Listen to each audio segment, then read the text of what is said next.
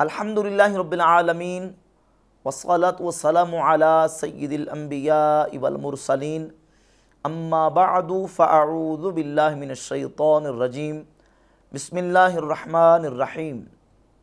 Doctor محمد اشرف آصف جلالی صاحب کے حوالے سے جو بندہ نچیز کو تحفظات تھے جس کا میں نے اظہار بھی کیا، پہلی قسط کے اندر ڈاکٹر صاحب کی ایک سٹیٹمنٹ جو کہ حسام الحرمین کے حوالے سے تھی اس پر گفتگو کی، اور دلائل کے ساتھ جو میں نے گفتگو کی اس پر علماء کرام اور مفتیان کرام کی طرف سے تائید و توثیق بھی ہوئی، اور علماء کی طرف سے مفتیان کرام کی طرف سے بھی یہ کہا گیا کہ ڈاکٹر صاحب کی یہ سٹیٹمنٹ واجب الازالہ ہے، انہیں اس کا ازالہ کرنا چاہیے، اس سے رجوع کرنا چاہیے۔ اور اسی سلسلہ کی دوسری کڑی ڈاکٹر صاحب کے حوالے سے جو فکر رضا کے اعتبار سے ہمیں تحفظات ہیں وہ ہیں ڈاکٹر اقبال کی شخصیت کے حوالے سے، چونکہ ڈاکٹر اشرف آصف جلالی صاحب اپنے بیانات میں اور اعلانیہ طور پہ اس بات کا اظہار کرتے ہیں اور کہتے ہیں کہ اگر مجھے فکر امام احمد رضا خان علیہ رحمہ سے 1 انچی کا کروڑواں حصہ بھی غلطی پر پائیں میں غلط ہوں تو میں پھانسی قبول کرنے کے لیے تیار ہوں۔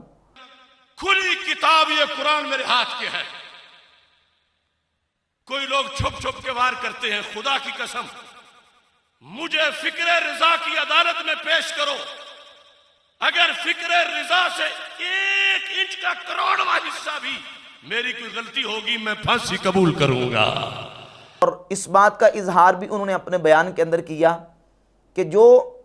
عالم امام احمد رضا خان علیہ رحمہ کی فکر کے اوپر کھڑا ہے اس کے جوتوں کو ہم اپنے سر پر رکھنے کے لیے تیار ہیں۔ اگر میں نے اپنی زندگی کی آج کے کسی سال کے 1 منٹ میں بھی اس سے کوئی ہیرا پھیری کی ہو تو مجھے بتایا جائے، اور اگر نہیں کی اور یقیناً نہیں کی تو یہ ہے اتحاد کا فارمولہ۔ ہمارے باپ کو کوئی گالی دے، ماں کو گالی دے، ہمیں کوئی مارے، لیکن فکر اعلی حضرت پہ اعتقادی طور پر ڈٹا ہوا ہو ہم اس کے جوتے اٹھا کے سر پہ رکھ لیں گے۔ ہم تو یہی اتحاد کے لیے کر سکتے ہیں۔ یہ ڈاکٹر صاحب کے اپنے بیانات ہیں، تو ہم صرف اتنی ہی گزارش کرنا چاہتے ہیں کہ چونکہ امام اہل سنت امام احمد رضا خان محدث بریلی علیہ رحمہ کی آپ فکر کی بات کرتے ہیں، تو فکر امام احمد رضا علیہ رحمہ کے اعتبار سے کچھ چیزیں جن پر ہمیں آپ سے تحفظات ہیں ان میں سے ایک ڈاکٹر اقبال کی شخصیت کا مسئلہ ہے۔ ڈاکٹر محمد اشرف آصف جلالی صاحب نے ڈاکٹر اقبال کی برسی کے موقع پر اور دیگر مواقع پر کچھ سیمینار اور کچھ کانفرنسز فکر اقبال کانفرنس کے نام سے منعقد کی۔ ہمارے قومی شاعر ڈاکٹر محمد اقبال رحمہ اللہ تعالیٰ کی یاد میں یوم اقبال کی تقریب کا انعقاد کیا جا رہا ہے۔ ہمارے قومی شاعر ڈاکٹر محمد اقبال، ان کو قومی شاعر کے لحاظ سے تو سب ذکر کرتے ہیں، مگر جس قومیت اور جس اسلام کی بات شاعر مشرق نے کی ہے ان نظریات پر آج بھی قائم ہیں تو ہم قائم ہیں۔ دوسرے بہت سے لوگ ایسے ہیں کہ جو فکر اقبال سے بغاوت کر چکے ہیں، اور وہ مختلف روپ ہے جو اس وقت ہمارے پاکستان کے اندر فکر اقبال کے عملاً باغی ہے، لیکن ہم جغرافیہ کے لحاظ سے، ملک کے لحاظ سے، مسلک کے لحاظ سے، ملت کے لحاظ سے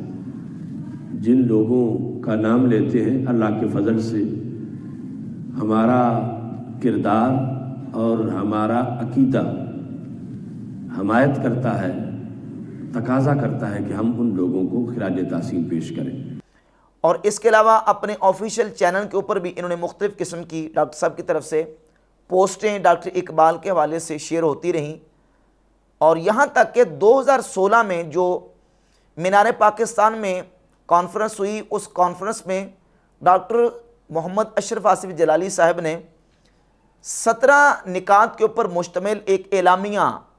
جاری کیا۔ یہ اعلامیہ، اس اعلامیہ کے نقطہ نمبر 15 پوائنٹ نمبر 15 میں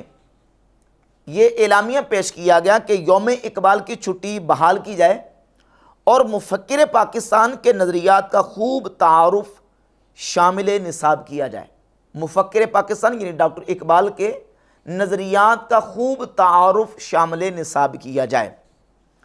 اب چونکہ ڈاکٹر اقبال کے نظریات اور افکار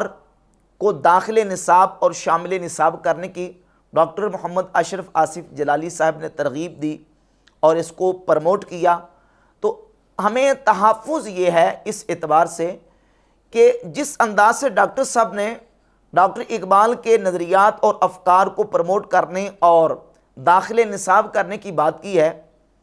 فکر امام احمد رضا خاں محدث بریلی علیہ رحمہ کے مطابق یہ بات آیا کہ فکر رضا کے ساتھ کوئی میل کھاتی ہے؟ کیا اس کا فکر امام احمد رضا کے ساتھ کوئی میل، کوئی جوڑ اور کوئی اس کی یکسانیت ہو، اس کے ساتھ کوئی تعلق نظر آتا ہے؟ اس کے لیے ہم ڈاکٹر اقبال کے نظریات اور افکار میں سے چند چیزیں احباب اہل سنت کے سامنے پیش کرنا ضروری سمجھتے ہیں، تاکہ ڈاکٹر اقبال کے افکار و نظریات جب سامنے آئیں گے تو اس کے مقابل فکر امام احمد رضا خاں علیہ رحمہ جب ہم دیکھتے ہیں تو پھر ہم نے یہ دیکھنا ہے کہ آیا ان میں کوئی یکسانیت، یگانگت یا آپس میں ان کا کوئی تعلق یا جوڑ بنتا ہے۔ تو دو اعتبار سے فکر اقبال پر انشاءاللہ تعالیٰ میں آپ کے سامنے حوالہ جات پیش کروں گا۔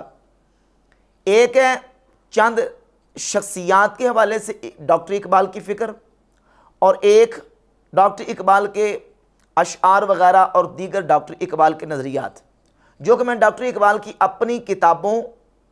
ان کا اپنا جو لٹریچر اقبالیات کے جتنا ہے وہ نظم کی صورت میں ہو، نثر کی صورت میں ہو، خطبات، مقالات، مضامین، خطوط اور دیگر ان کے جو ملفوظات وغیرہ ہیں، ان سے چند ریفرنسز اور حوالہ جات اس سلسلہ میں ڈاکٹر اقبال کے افکار و نظریات کو پیش کرنے کے لیے میں آپ کے سامنے رکھوں گا۔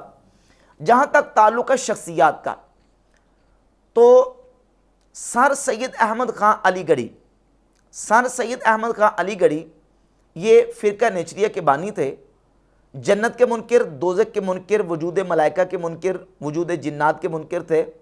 جبریل امین علیہ السلام کے وجود کے منکر، انبیاء علیہم الصلوات و تسلیمات کے معجزات کے منکر، اور بہت سارے ان کے افکار و نظریات ان کی تفسیر القرآن کے اندر اور ان کے مقالات کے اندر موجود ہیں۔ اور امام احمد رضا خاں محدث بریلی علیہ رحمہ نے سر سید احمد خاں علی گڑھی کے افکار و نظریات کی تردید اپنے فتاوی جات میں فرمائی۔ بالخصوص امام اہل سنت رحمۃ اللہ کی کتاب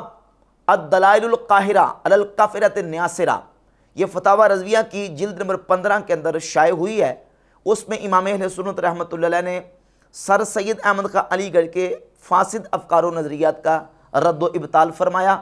اور ایسے لوگوں کا حکم شرعی بھی بیان فرمایا۔ اور آپ کا دوسرا رسالہ جو کہ فتاوی رضویہ کی جلد نمبر 29 کے اندر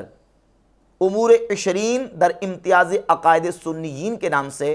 موجود ہے، جس میں آپ نے 20 امور بیان فرمائے ہیں اہل سنت و جماعت اور غیر سنیوں کے اندر امتیاز کرنے کے لیے۔ اس میں سے پہلا امر ہی امام اہل سنت رحمۃ اللہ علیہ نے سر سید کے رد میں لکھا۔ اب جب ڈاکٹر اقبال کی فکر کو سر سید کی شخصیت کے حوالے سے دیکھتے ہیں تو ڈاکٹر اقبال نے سر سید احمد خاں علی گڑھی کی بہت سارے مقامات پہ نہ صرف تعریف کی ہے بلکہ ان کو بہت القابات دیے، اور سر سید احمد خاں علی گڑھی جو ہے ان کے بارے میں نظم کی صورت میں ڈاکٹر اقبال کے کلیات اقبال کے اندر پوری نظم 14 اشعار کے اوپر مشتمل ہے۔ سید کی لوح تربت، سر سید کی شان میں 14 اشعار ڈاکٹر اقبال نے لکھے۔ اور اس کے علاوہ ڈاکٹر اقبال کا یہ اقبال نامہ مجموعہ مکاتیب اقبال ہے، اس میں صفحہ نمبر 404 پہ مولوی عبدالحق کے نام جو خط لکھا ہے اس میں لکھتا ہے کہ آپ کی تحریک سے مسلمانوں کا مستقبل وابستہ ہے۔ بہت سے اعتبار سے یہ تحریک اس تحریک سے کسی طرح کم نہیں جس کی ابتدا سر سید رحمۃ اللہ علیہ نے کی تھی۔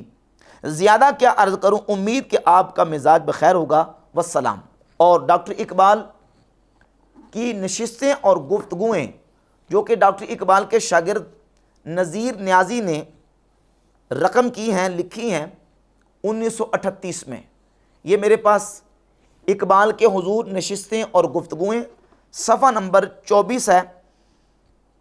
حضرت علامہ نے میری معروضات سنی تو فرمایا، نذیر نیازی ملفوظات اقبال جمع کر رہے ہیں، ان کی نشستیں اور گفتگویں، تو کہتے ہیں علامہ اقبال یعنی ڈاکٹر اقبال نے کہا، سر سید کی ذات بڑی بلند تھی، بڑی ہماگیر، افسوس ہے مسلمانوں کو پھر ویسا کوئی رہنما نہیں ملا۔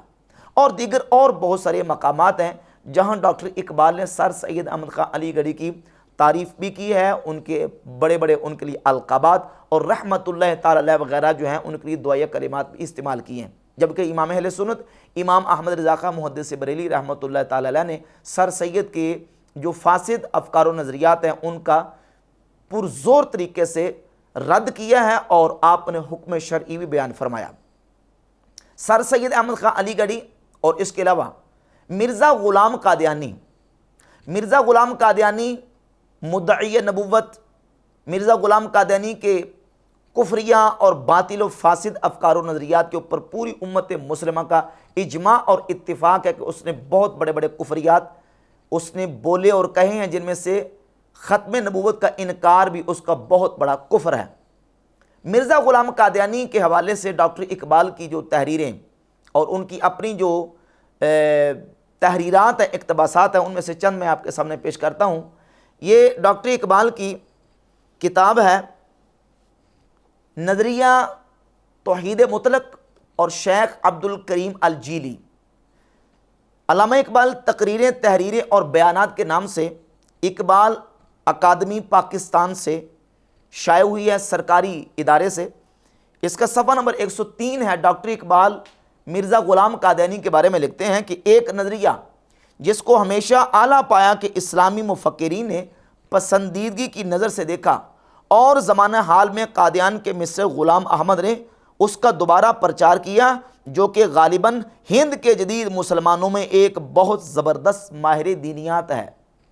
ہند کے جدید مسلمانوں میں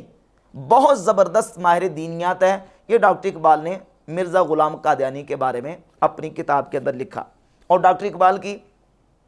ایک دوسری کتاب ہے ملت بیدا پر ایک عمرانی نظر، بزم اقبال سے چھپی ہے، جو کہ سرکاری ادارہ ہے۔ صفحہ نمبر اس کے 21 پر ڈاکٹر اقبال قادیانیوں کے حوالے سے لکھتے ہیں کہ پنجاب میں اسلامی سیرت کا ٹھیٹ نمونہ اس جماعت کی شکل میں ظاہر ہوا جسے فرقہ قادیانی کہتے ہیں، یعنی قادیانی اسلامی سیرت کا ٹھیٹ نمونہ ڈاکٹر اقبال ان کو قرار دے رہے ہیں۔ اس کے علاوہ ڈاکٹر اقبال کا یہ اقبال نامہ مجموعہ مکاتیب اقبال کے نام سے، اس کا صفحہ نمبر 533 ہے۔ چودھری احسن کے نام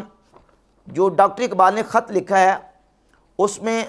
آخری اقتباس آخری لائن میں لکھتے ہیں کہ باقی رہی تحریک احمدیت سو میرے نزدیک لاہور کی جماعت میں بہت سے ایسے افراد ہیں جن کو میں غیرت مند مسلمان جانتا ہوں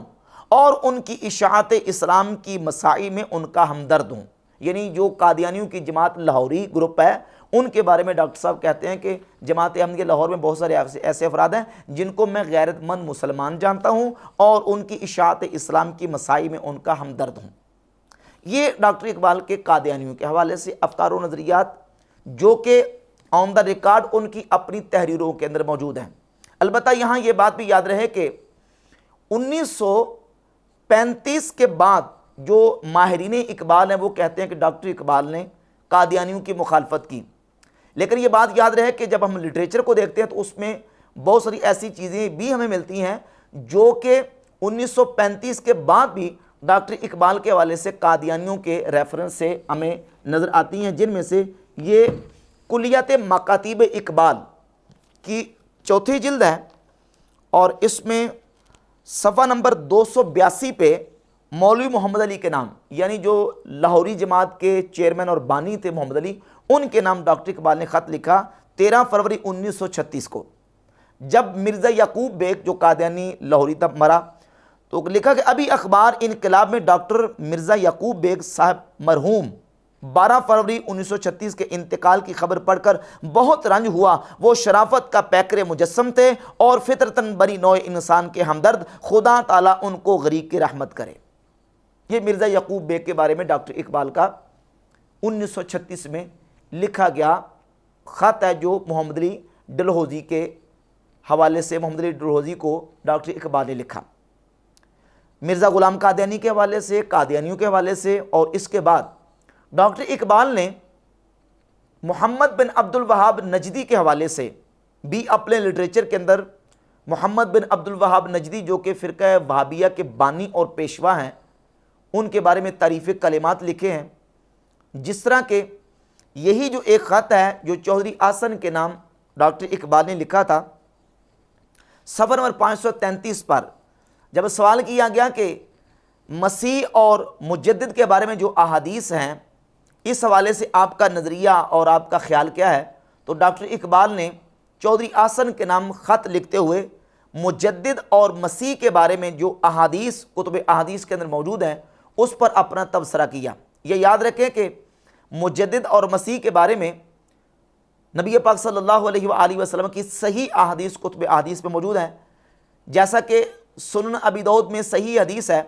رسول اللہ صلی اللہ علیہ وآلہ وسلم نے فرمایا، اللہ تعالیٰ اس امت کے اندر ہر صدی کے سرے پر ایک ایسے شخص کو پیدا فرماتا ہے، کھڑا کرتا ہے کہ جو اس کے لیے دین کی تجدید فرما دیتا ہے۔ یہ صحیح حدیث ہے، اور اس کی بنیاد پہ علماء امت نے امت کے اندر ہر صدی کے سرے پر آنے والے جو دین کے آئمہ ہیں ان کے اسماء ذکر کیے ہیں کہ فلاں فلاں صدی کے اندر فلاں فلاں عالم، فلاں فلاں مجدد آئے ہیں جنہوں نے تجدیدی فریضہ سر انجام دیا۔ اور اسی طرح سیدنا عیسیٰ مسیح ابن مریم علیہ السلام کی قرب قیامت آمد اور ان کے نزول کے حوالے سے احادیث متواترہ کتب احادیث کے اندر موجود ہیں۔ احادیث متواترہ جو حدیث کی سب سے اعلیٰ قسم احادیث متواترہ، اتنی کثرت کے ساتھ احادیث موجود ہیں جس پر اہل سنت و جماعت کا اجماع ہے کہ عیسیٰ علیہ السلام قرب قیامت دوبارہ دنیا میں تشریف لائیں گے، ان کا نزول ہوگا۔ لیکن ڈاکٹر اقبال کہتے ہیں بس میرے نزدیک مہدی مسیحیت اور مجددیت کے متعلق جو احادیث ہیں وہ ایرانی اور عجمی تخیلات کا نتیجہ ہیں، عربی تخیلات اور قرآن کی صحیح اسپرٹ سے ان کو کوئی سروکار نہیں۔ اور پھر جب آگے چلتے ہیں اسی خط کے اندر اگلے پیرے میں یہ لکھتے ہیں کہ بعض علماء امت کو امام اور مجدد کے الفاظ سے یاد کیا ہے، اس میں کوئی اعتراض کی بات نہیں۔ زمانہ حال میں میرے نزدیک اگر کوئی شخص مجدد کہلانے کا مستحق ہے تو وہ صرف جمال الدین افغانی ہے۔ مصر و ایران و ترکی و ہند کے مسلمانوں کی تاریخ جب کوئی لکھے گا تو اسے سب سے پہلے عبد الوہاب نجدی اور بعد میں جمال الدین افغانی کا ذکر کرنا ہوگا۔ ابن عبد الوہاب نجدی کے بارے میں ڈاکٹر اقبال صاحب اپنا نظریہ اپنے اس خط میں جو کہ 1932 میں انہوں نے چودھری آسن کے نام لکھا اس میں بیان کرتے ہیں۔ اور اس کے علاوہ ڈاکٹر اقبال کی یہ ایک کتاب ہے تشکیل جدید الہیت اسلامیہ، اصل میں انگریزی میں یہ کتاب ہے اور اس کا ترجمہ ڈاکٹر اقبال کی سرپرستی میں کیا گیا اور اس وقت یہ ترجمہ شائع ہوا۔ اس کے صفحہ نمبر 226 پر لکھتے ہیں کہ بدعات کے مصلح عظیم محمد بن عبد الوہاب کا سال ولادت 1700 ہے۔ انہوں نے مدینہ منورہ میں تعلیم پائی، ایران کا سفر کیا اور آخر الامر اس آگ کو جو ان کی بے چین روح میں دبی ہوئی تھی سارے عالم اسلام میں پھیلا دیا۔ کون؟ محمد بن عبد الوہاب نجدی، جن کو اقبال کہتے ہیں بدعات کے مصلح عظیم، محمد بن عبد الوہاب نجدی۔ یہ ہے سٹیٹس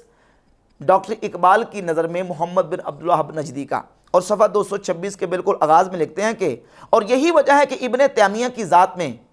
جو بڑے سرگرم اہل قلم اور اسلام کے نہایت پرجوش مبلغ تھے، ابن تیمیہ اسلام کے پرجوش مبلغ۔ اور جب بات آتی ہے ہندوستان میں وہابی تحریک کے سرخیل اسماعیل دہلوی کی، تو ڈاکٹر اقبال نے اسماعیل دہلوی کے حوالے سے اپنے مقالات کے اندر اور اپنے خطوط کے اندر جو اپنا نظریہ بیان کیا ہے، دو اقتباسات میں آپ کے سامنے رکھتا ہوں۔ یہ ڈاکٹر اقبال کے مقالات ہیں، مقالات اقبال، اور اس کا صفحہ نمبر 218 اور 219 ہے۔ لکھتے ہیں کہ ابن تیمیہ، ابن جوزی، زمخشری اور ہندوستان میں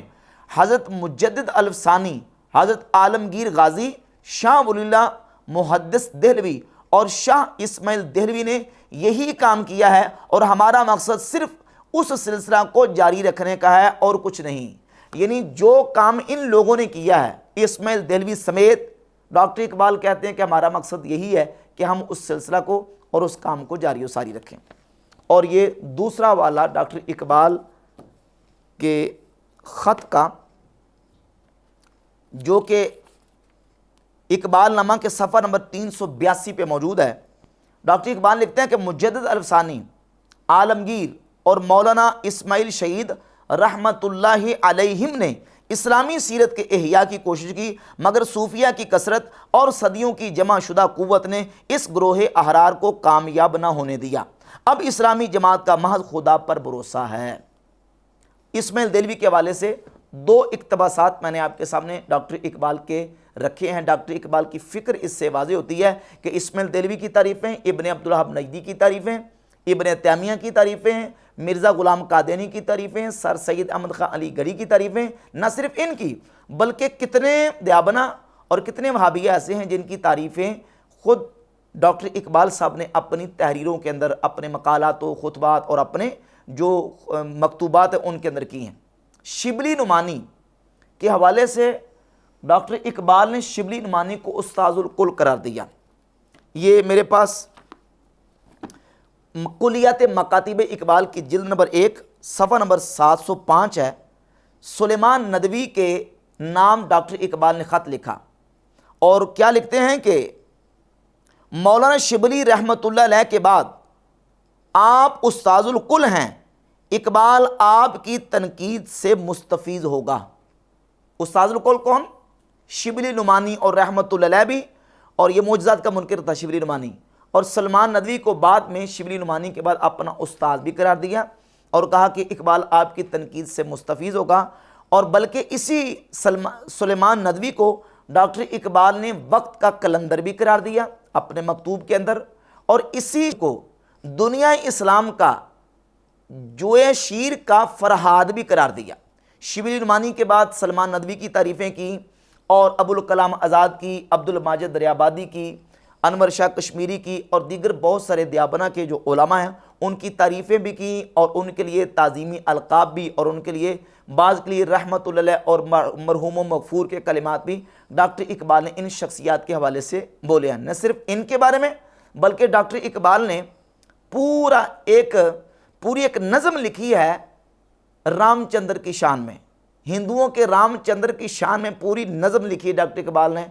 اور گرو نانک کی شان میں پوری نظم ڈاکٹر اقبال نے لکھی ہے۔ یہ کلیات اقبال کے اندر نانک کی شان میں جو نظم لکھی ہے وہ بھی موجود ہے، اور جو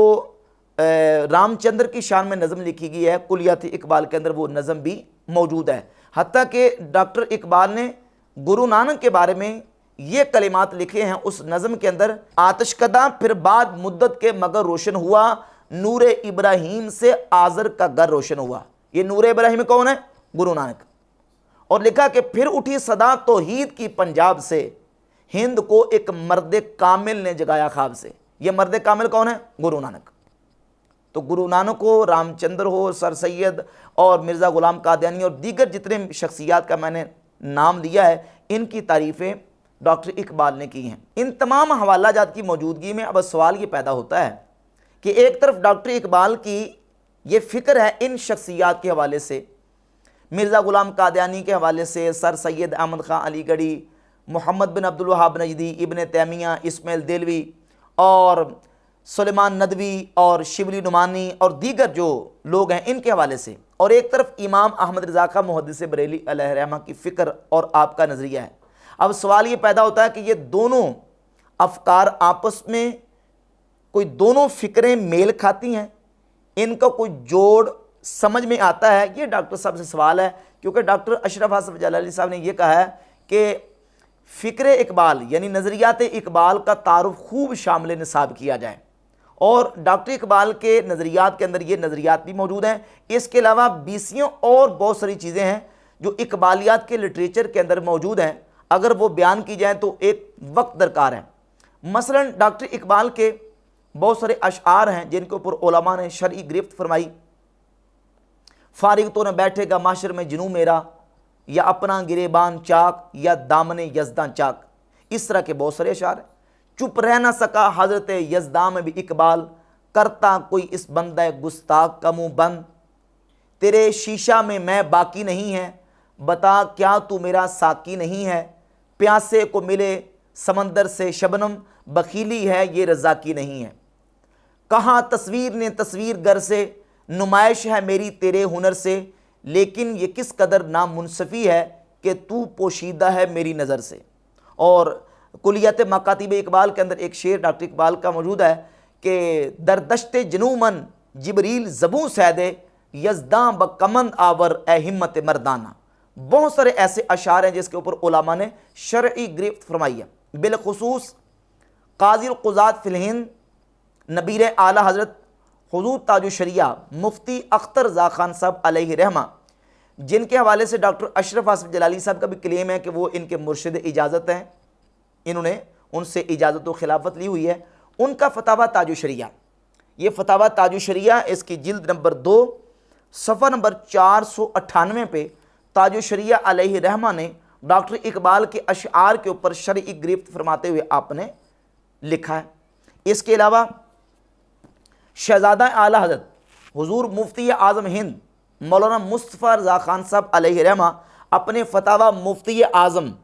کی جلد نمبر 5 صفحہ نمبر 358 پہ ڈاکٹر اقبال کے اشعار کے اوپر شرعی گرفت فرماتے ہوئے آپ نے سوال کا جواب تحریر فرمایا۔ اسی طرح یہ فقیہ اعظم ہند مولانا مفتی شریف الحق امجدی علیہ رحمہ کا فتاویٰ شارح بخاری ہے، جلد نمبر 3 صفحہ نمبر 494 اور 495، 2 فتاویٰ جات آپ کے موجود ہیں، ایک 490 پہ 1412 ہجری میں لکھا گیا اور دوسرا فتویٰ ہے 1419 ہجری میں لکھا گیا۔ یہ دوسرا فتویٰ میں پیش کر رہا ہوں جس میں آپ نے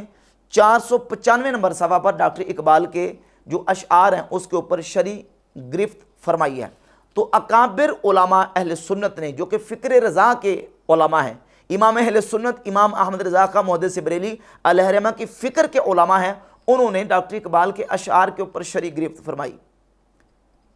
خلیفہ اعلیٰ حضرت مولانا مفتی سید دیدار علی شاہ صاحب محدث الوری علیہ رحمہ، ان کا فتویٰ ڈاکٹر اقبال کے اشعار کے حوالے سے شرعی گرفت کے اوپر موجود ہے۔ اس کے علاوہ مولانا طیب صدیقی صاحب اپنی کتاب، ان کی جو کتاب ہے تجانب اہل سنت، جو کہ حضور شیر بے شاہ اہل سنت مولانا مفتی حشمت علی لکھنوی رحمۃ اللہ کی املا کروائی ہوئی ہے، اس کے اندر ڈاکٹر اقبال کے اشعار کے اوپر شرعی گرفت موجود ہے۔ تو علماء اہل سنت نے تو ڈاکٹر اقبال کے افکار و نظریات کے اوپر بہت ساری چیزوں پر شرعی گرفت فرمائی ہے۔ اب اگر ڈاکٹر صاحب یہ کہتے ہیں، ڈاکٹر اشرف آصف جلالی صاحب، کہ ڈاکٹر اقبال نے ان چیزوں سے توبہ اور رجوع کر لیا تھا، تو سوال یہ پیدا ہوتا ہے کہ ان کی توبہ اور رجوع کا ثبوت آپ کے پاس کون سا ہے، اور دوسرا پھر سوال یہ کہ کن کن چیزوں سے توبہ اور رجوع کر لیا تھا۔ اور اگر محض شہرت کاذبہ کی بنیاد کے اوپر بات کریں تو تب بھی بات وہیں رہ جاتی ہے کہ ڈاکٹر اقبال کے لٹریچر میں نظم ہو یا نثر ہو، ان کے خطوط ہوں، مکاتیب ہوں یا ان کے جو مقالات ہوں، ان کے اندر کون سے ایسے نظریات ہیں جن کو پروموٹ کیا جا سکتا ہے اور کون سے ایسے ہیں کہ جن کو پروموٹ نہیں کیا جا سکتا۔ اس کی تقسیم بھی آپ کر کے دیں گے، اس کی تقسیم بھی آپ کے ذمہ ہے، کیونکہ آپ نے یہ کہا ہے کہ ڈاکٹر اقبال کے نظریات کو خوب شامل نصاب کیا جائے۔ اب شامل نصاب کرنا تو کون سے نظریات کرنے ہیں، کون سے نظریات فکر رضا کے مطابق ہیں اور کون سے نہیں ہیں، اس کا جواب بھی آپ نے دینا ہے۔ اور آخر میں علامہ غلام رسول سعیدی صاحب کی تبیان القرآن سے میں چند اقتباسات آپ کے سامنے رکھ دیتا ہوں۔ یہ تبیان القرآن کی جلد نمبر 2 صفحہ نمبر 495 ہے۔ علامہ غلام رسول سعیدی صاحب لکھتے ہیں کہ علامہ اقبال ایشیا کے عظیم شاعر انقلاب ہیں، انہوں نے اپنی شاعری کے ذریعہ ہندوستان کے غلام مسلمانوں میں آزادی کا شعور پیدا کیا، فرنگی تہذیب سے نفرت دلائی اور اسلام کی عظمت کو جاگزی کیا، لیکن ان کے بعض اشعار بارگاہ الوہیت میں بہت گستاخانہ ہیں۔ کبھی ہم سے کبھی غیروں سے شناسائی ہے، بات کہنے کی نہیں تو بھی تو ہر جائی ہے، نعوذ باللہ تعالیٰ۔ اور پھر علامہ غلام رسول سعیدی صاحب تبیان القرآن کی جلد نمبر 9 کے صفحہ نمبر 551 پہ لکھتے ہیں کہ یہ اس زمانہ کے یہود، نصارہ اور مشرکین تھے جنہوں نے اللہ عز و جل کے متعلق ایسے گستاخانہ کلمات کہے۔ ہمارے زمانہ میں ڈاکٹر اقبال نے اللہ عز و جل کے متعلق ایذا دینے والے گستاخانہ کلمات کہے۔ وہ کہتا ہے تیرے شیشے میں باقی نہیں ہے، بتا کیا تو میرا ساقی نہیں ہے، سمندر سے ملے پیاسے کو شبنم، بخیلی ہے یہ رزاقی نہیں ہے۔ فارغ تو نہ بیٹھے گا معاشر میں جنوں میرا، یا اپنا گریبان چاک یا دامن یزداں چاک۔ ڈاکٹر اقبال کو خود بھی اعتراف تھا کہ وہ بارگاہ الوہیت میں گستاخ ہے، اور پھر صفحہ نمبر 829 پر لکھتے ہیں کہ بعض شعراء کا کلام بھی اس طرح ہے۔ غالب کا مشہور شعر ہے، ہم کو معلوم ہے جنت کی حقیقت لیکن دل کے خوش رکھنے کو غالب یہ خیال اچھا ہے۔ صفحہ نمبر 830 پہ لکھتے ہیں ڈاکٹر اقبال کے بعض اشعار بھی ایسے ہی ہیں۔ اگر ہنگامہ ہے شوق سے ہے لامکاں خالی، خطا کس کی ہے یا رب لامکاں تیرا ہے یا میرا، اللہ کو خطاور کہنا سری کفر ہے۔ اسی کوكب کی تابانی سے ہے تیرا جہاں روشن، زوال آدم خاکی زیاں تیرا ہے یا میرا۔ اللہ تعالیٰ کے لیے نقصان پانے کا لفظ خواہ استفہاماً کہا جائے بہرحال کفر ہے۔